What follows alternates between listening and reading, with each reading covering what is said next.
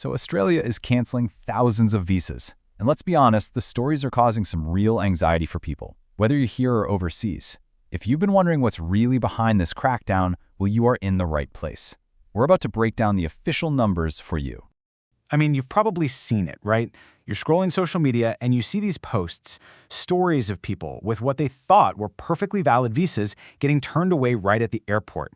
Their plans just completely ruined. It's confusing, it's definitely scary, and it brings up one massive question. What is actually going on? To get to the bottom of that, we have to cut through all the rumors and the noise. So we're going straight to the source. We've got the official Australian government data, and we're going to show you exactly what the numbers reveal.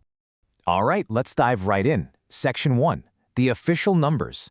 This is what the data from the Department of Home Affairs actually tells us. And here's where we're getting our information. This is a document that was released under the Freedom of Information Act. What that means is we get a direct, completely unfiltered look at visa cancellations for people who are already inside Australia. This isn't speculation, folks. This is the real deal, the official record. And here it is, the headline number. In just a single year, 5,158 onshore visas were cancelled. That's for people already living and working and studying in Australia. That is the sheer scale of what we're talking about. Now, let's break that big number down a little. Take a look at this chart. See that huge chunk right there? That's student visas. We're talking almost 2,400 of them, which is nearly half of all the cancellations. The next biggest slice you see is visitor visas. So this tells us exactly where the government is putting its focus. Okay, so why? Why are more than 5,000 visas being canceled in a year? To understand that, we need to look at the legal powers the government is actually using, which brings us to Section 2. Why visas are canceled. And we're going right back to our source document for this, because it doesn't just tell us how many visas were canceled, it tells us why. It literally lists the exact sections of the Migration Act that were used to justify each cancellation. And wow, this bar chart tells the story perfectly. Just look at that first bar. Out of all those cancellations, almost 3,700 of them were done under something called Section 116, a general power. The other reasons, like providing incorrect information, they are tiny in comparison. So what on earth is Section 116? Well, think of it as this incredibly broad kind of catch-all power. It lets the Minister for Immigration cancel a visa for a whole bunch of reasons, like if they believe the person is a risk or hasn't complied with their visa conditions, or, and this is a huge one for students, if they're not considered a genuine student. So what does that actually look like in practice? Well, for a student, it could be something as simple as not attending your classes. If your college cancels your confirmation of enrollment, your COE, that is a massive red flag for immigration. But it can also be triggered just by breaking your visa conditions or even being seen as a risk to the community. All right, Section 3. Who is being deported? Now, this is a really crucial point. A visa cancellation does not automatically mean you're getting deported. They are two very different things, and the numbers absolutely prove it. Let's be super clear here. On one side, we have that big number, 5,158 visas canceled.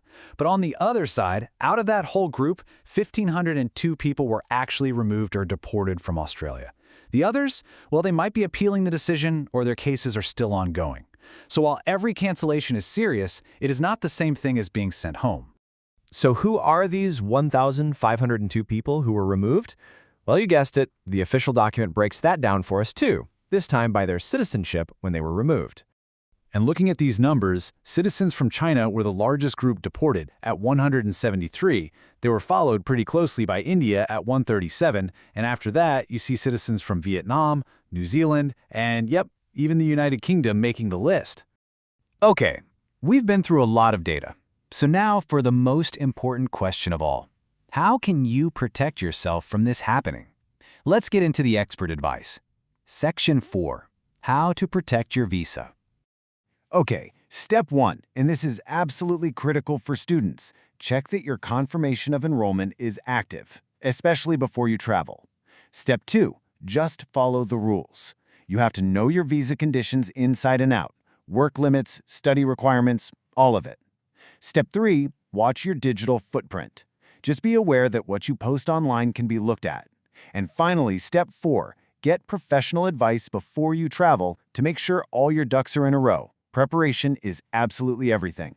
And that's really the bottom line. The advice from the experts is clear. These kinds of issues have always been around, but the enforcement is just getting stricter. If you are following the rules, you're maintaining your enrollment, and you're well prepared, you really do not need to panic. Being compliant is your best protection, period. So the key takeaway here is to be proactive, not fearful. The government is clearly tightening the rules, so the only question left to ask is, are you prepared? Thanks for watching.